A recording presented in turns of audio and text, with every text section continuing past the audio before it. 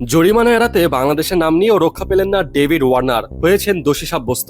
জি, ঠিক শুনেছেন, অস্ট্রেলিয়ার সাবেক ওপেনার ও তারকা ব্যাটার ডেভিড ওয়ার্নার মদ্যপ অবস্থায় গাড়ি চালানোর দায়ে দোষী সাব্যস্ত হয়েছেন, যার ফলে তাকে আদালতের কাঠগড়ায় দাঁড়াতে হয়েছে। আর সেই সময় তার আইনজীবী ওয়ার্নারকে বাঁচাতে বাংলাদেশের নাম নিয়েছিল, পাশাপাশি ভারতের নামও নিয়েছিল। তবে সেটা কোনো ইতিবাচক অর্থে নয়, বরং ব্যাপারটা ভিন্ন খাতে নিয়ে যাবার জন্য বাংলাদেশের নাম ব্যবহার করেছিল। কি ছিল সেই ব্যাপার, চলুন জেনে নেওয়া যাক বিস্তারিত। মঙ্গলবার সিডনির ওয়েভারলি লোকাল কোর্টে ওয়ার্নারের মামলাটির শুনানি হয়। আদালত ওয়ার্নারকে দোষী সাব্যস্ত করে জরিমানার আদেশ দেয়। শেষ পর্যন্ত 1500 অস্ট্রেলিয়ান ডলার জরিমানা দিয়ে নিষ্পত্তি হয়েছে মামলাটির। আর যেই ঘটনাটি নিয়ে এত তুলকালাম, সেই ঘটনাটি ঘটেছিল স্টার সানডেতে। সেই দিন একটি র্যান্ডম ব্রেথ টেস্ট চেক পয়েন্টের দিকে গাড়ি নিয়ে যাচ্ছিলেন ডেভিড ওয়ার্নার। পুলিশের নজর পড়ার পর পরিস্থিতি আরও জটিল হয়ে যায়।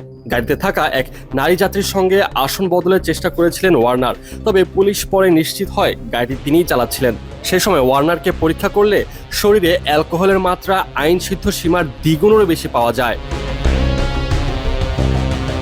আদালতে অবশ্য ওয়ার্নারের পক্ষে ভিন্ন যুক্তি তুলে ধরেন তার আইনজীবী ওয়াইলস আহমাদ। তিনি দাবি করেন, ঘটনাটি নিয়ে আন্তর্জাতিক গণমাধ্যমে ব্যাপক খবর প্রকাশিত হওয়ায় ওয়ার্নার এরই মধ্যে যথেষ্ট চাপের মধ্যে পড়েছেন। ইএসপিএন, আল জাজিরা ও ইন্ডিয়ান এক্সপ্রেসের মতো সংবাদ মাধ্যমে বিষয়টি প্রকাশের কথাও তিনি উল্লেখ করেন।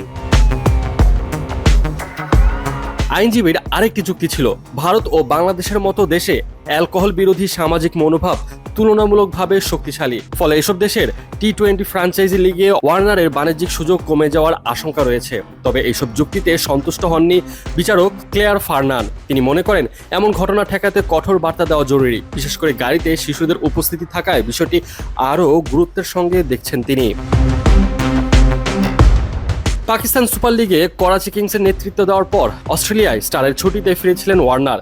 সেই সময় ঘটনাটি ঘটে। এর প্রভাব পড়তে পারে তার সিডনি থান্ডারের অধিনায়কত্বেও, এমন তথ্য আদালতে উঠে এসেছে। এখন নির্দিষ্ট শর্ত পূরণ করে আবার গাড়ি চালাতে পারবেন ওয়ার্নার। এই জন্য তাকে ইন্টারলক লাইসেন্সের আবেদন করতে হবে।